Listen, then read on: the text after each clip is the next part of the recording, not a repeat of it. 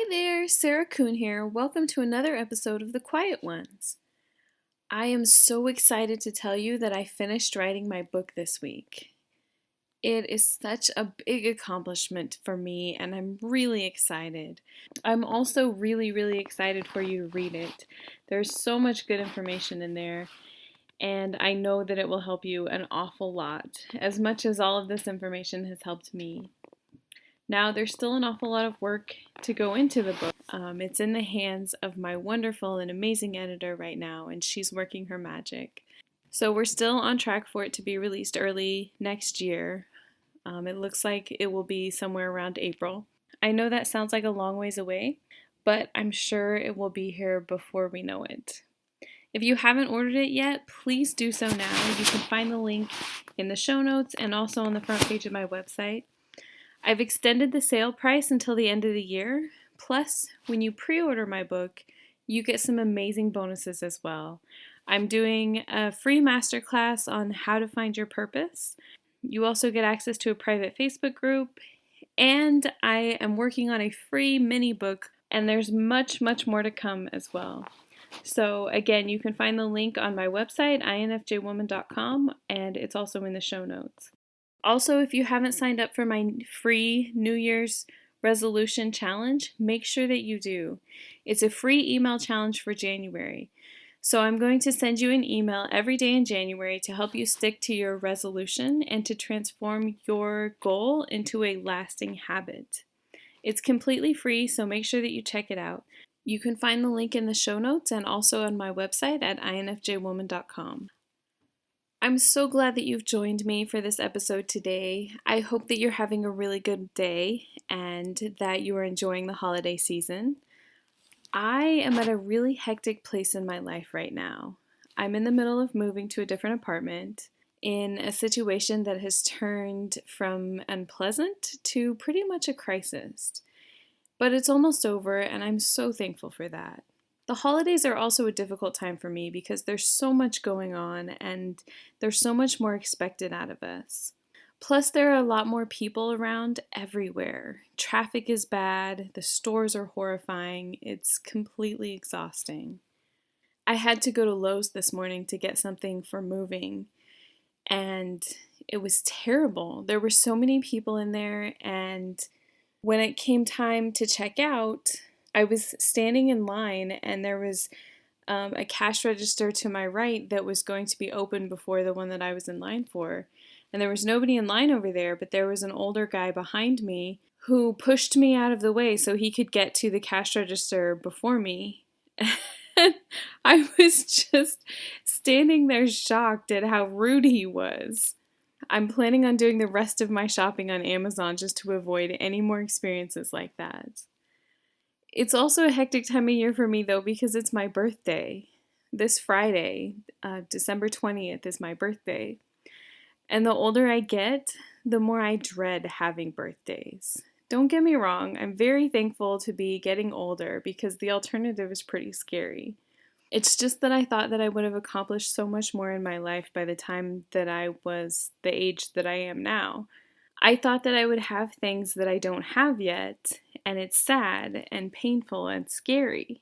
And my birthday is just another reminder for me that I'm turning a year older and I still don't have those things that I really want. I always thought that it was just a given that you would grow up and get married and have kids. But here I am, all grown up and not married, and I have no kids. But I'm still holding out hope though. I'm holding on to it by my fingernails, but I still have hope. This time of year always turns into a time of self-reflection for me. And I asked myself certain questions like, what did I accomplish this year? What did I not accomplish? And what do I still want to do? That's why I have created the email challenge that I was talking to you about earlier. It's so important to spend a little bit of time reflecting on the last year and to make the choice to take those steps to do those things that you really want to do. Because if you keep waiting and keep waiting and keep waiting, you'll be waiting for the rest of your life. Last week, I wrote a blog post about the INFJ mean streak. I've been going through a situation that is all too familiar for me.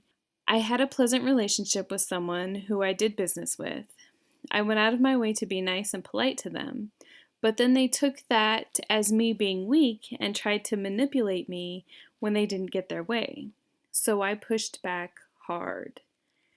And they got really upset. They even went so far as to call me hostile. I thought it was kind of funny, but it really got me thinking, why does this happen to me? Because it happens a lot. And not just with people that I work with, but with friends and acquaintances as well. I poured all of it out to one of my friends, and her response was spot on. I felt more understood than I have in a really long time. She also called me out a bit, but that's what good friends are for, really. So here's the answer to the problem. Are you ready? I really want to share it with you because it's a whole thing, but I have to warn you, it might hurt a little bit. As INFJs, we are great at reading people. We can tell very soon after meeting them exactly what they want and how best to interact with them. We go so far as to tailor our personalities to theirs. So they see us as a certain type of person. We give them what they want. We are also people pleasers who put a great deal of thought into making people happy and keeping the peace around us. Sometimes we go to extremes with this, though. Because of these two things, we put up with a lot from people. We deal with people we can't stand in a very pleasant way. Oftentimes, they have no idea that we can't stand them. Even when we have issues with people that we do like, we tend to let things go rather than to bring them out in the open. I know I would much rather deal with being upset myself rather than talk to my friends about how they upset me and why. Yes, I know this isn't healthy, but knowing it's a problem and changing it are two very different things. So when people do things that upset me, I don't say anything about it. I just deal with it. A lot of times I blame myself for the issues and figure that they're probably my fault anyway. Yep, that's another thing I know that isn't healthy, but again, knowing it's a problem and being able to change it are two very, very different things. So what happens is that all of those little things build up and keep building up until I can't take it anymore. And then there's an explosion. That, combined with this special personality that I have made just for them, it's not me, but it's who they think is me. So when the real me comes out and I explode at them, they get really confused. They have no idea what's going on or who I am because all of a sudden I'm not acting like the person they know.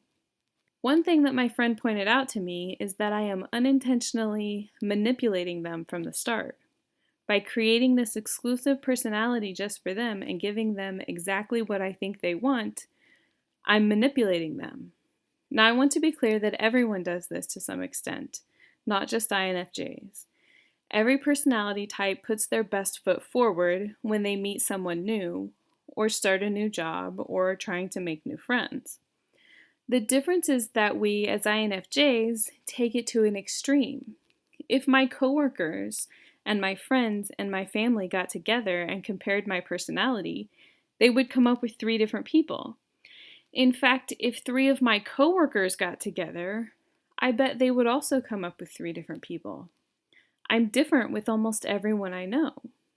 This turns into a real problem at times because the real me is a whole lot different than who I try to be to make these people happy. Here's typically what happens. I go to an interview and project my best self. I land the job and start work, anxious for people to like me and to do a good job. My friend told me that I present a very subdued and weak presence, which is why I end up with so many narcissistic bosses who try to push me around. By being so agreeable and ready to help, I look like a pushover that can be bossed around in any respect. But then they try to push me around, and sometimes it's subtly, and it takes a while for me to resist it. Sometimes it's much more blatant, and I lash out pretty quickly. And I'm called disrespectful in the first week of work. It always happens. And then they see the real me and they get confused. And they start telling me how wrong I am and how terrible I am, and some of them even tell me my personality is inherently messed up and I need to change it. As an extremely sensitive INFJ, I am completely offended. I'm offended that they don't see the effort that I have put into being nice to them for so long and giving them everything that I thought that they wanted. I'm offended that they don't recognize everything that I have put up with so quietly and so obediently. But I'm most offended that they think my personality is broken. I take that straight to heart and it hurts. It must be true because they said it, right? And the more that this happens, the more that I feel like it's true because so many people have said it over and over and over again. Now I have to stop here for a minute and really let that sink in. I can't tell you what an awakening this has been for me. I knew there was a problem, but I'm so accustomed to blaming myself that I didn't stop and look at the whole picture. And the thing is, I am to blame. But it's not because my personality is broken, it's because I haven't been real and honest from the start. So how do we fix this problem? How do we make it stop? That's what we really want to know, right? There are a couple of things that we need to do to change this. The first thing is to be real from the start of every relationship. You have to show people who you are from the beginning. I know this is not easy. Believe me, I know. Just the thought of it makes me nervous. As INFJs, we rarely show our real and true personality to anyone, for any reason, even our closest friends. It's like a secret that we only share with those we value the most. We have been trained by so many bad experiences that people just don't value us and we need to hide. But the truth is that the wrong people don't value you at all. When we put up a front, we attract the wrong people. When we show them the real us, the wrong people will leave. But that's okay because they're not our people. When we show our true personality sooner, we will attract the right people from the start. They'll love us for who we are right from the beginning, and there will never be a day that they tell us that our personality is broken or that we need to change. They will accept us for who we are and expect nothing more or less from us. The next thing that we need to do is speak up when there's a problem. When you are hurt or offended, you can't just assume that the other person knows that you are hurt. You have to tell them that you are hurt. You have to make them aware that you aren't okay with what happened. Think about it from their perspective for a minute. If you said something that unintentionally hurt or offended your friend or your significant other, would you want them to know? Would you want them to say, "Hey, that really hurt my feelings. I don't like it when you say those things or do that thing"? Wouldn't you want to know? I know I would want to know. I've had friends that I've lost touch with and have wondered if there was something that I did that hurt them that I didn't know about. But if they never say anything, it's hard to know. And it can be something that you have no idea would hurt them. It can be something from their past that triggers some terrible memories or associated feelings. I know speaking up about these things isn't easy, but it is worth it. It will show you whether they're real friends as well. If they genuinely don't care that they hurt you, then it's best to know and walk away from them. But your real friends will care and will want to make it right. The most important thing that you can do to help this situation is to learn to love yourself and accept yourself. This is so important and so difficult to do. As empaths, we take on the feelings and emotions of others. When we have been in situations where we are not valued or appreciated, we take on those feelings too. And if we're not careful, we take them straight to heart and they become our truth. They turn into the beliefs that we hold about ourselves, that inner voice that's telling us that we're not good enough, that we don't belong anywhere, and that we're not lovable just the way we are. Then we start looking for things to change and start making those changes. But we don't know what the problem is, so we will never find the solution. Because ultimately, there is nothing that we can do to make those people happy with us.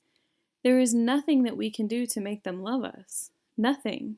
So no matter what changes we make, nothing will work.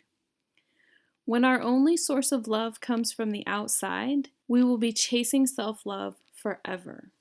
The key is to bring self-love inside.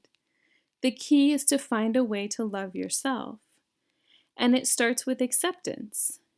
Instead of saying, I'm going to be happy when I lose 20 pounds, or I'm going to be happy when I get a new job, or I'm going to be happy when I find a new boyfriend or girlfriend.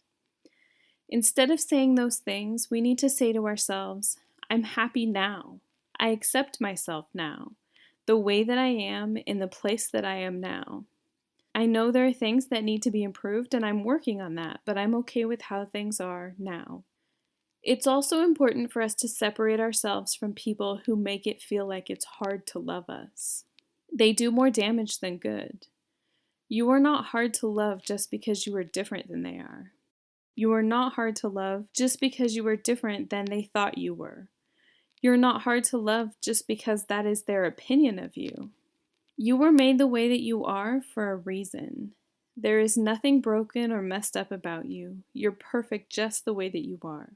You are worthy of love right now, right here in this moment, just the way that you are. I really hope that this message touches you as much as it's touched me. This right here is my number one goal for the new year. It's the one thing that I'm going to be working on every single day, that I'm going to be thinking about and searching for and putting to work in my life, because it's something that's been missing for a long time. And it's no longer okay with me that it's missing. I know that I need to fix it as soon as possible, and it's definitely my number one priority for 2020. Okay, so I have a couple of stories from our listeners that I wanted to share with you. The first one is from Sonia in Finland, and she says, Hi, I never usually message anyone on Instagram, but this time I had to. I'm an INFJ woman from Finland, and I have been listening to your podcast for some time now. It is really relatable. It feels almost crazy. I can really relate to the problems of telling anyone about your strong intuition. I have always felt really stupid when trying to describe my intuition to someone, and I fear that people think I am someone who thinks she is supernatural. But it's not like that at all. I just can see through people's bull. Many times I have figured out someone's bad character before they have done anything, but it's really hard to tell your friends about it, especially if they like that person or if you have nothing real to hold against them. It's nice to know that someone else struggles with similar things as well. I always feel like many social gatherings, and especially parties where I don't know many people, are pure torture, and I always avoid them. But I guess most introverts do, not only us INFJs. The next one is from Allie in Mexico, and she says, Hi Sarah, I love your podcast. I'm an INFJ, and since I was really young, I always felt like I was different and didn't quite fit in, even if I was a part of a friend group. Learning about being an INFJ and knowing that there are other people who feel like I do has been incredibly beneficial. We had to take the personality test in middle school and high school, but I didn't start paying attention to what INFJ actually meant until recently. Using tools like your podcast to educate and understand myself has really changed my life for the better. Thank you for all that you do. I and so many others greatly appreciate it. All the best, Allie. And the last one that I have is from Aubrey, and she says, I can't quite type everything because I feel I'll send a novel. But I've just started listening to your podcast and I'm shook over how similar our experiences are. I desperately wanted to type as an INTJ because, same word, my whole life I wanted to be portrayed as stoic. But as I delved into INFJ, I knew this was me because it exposed what I thought were well-hidden secrets.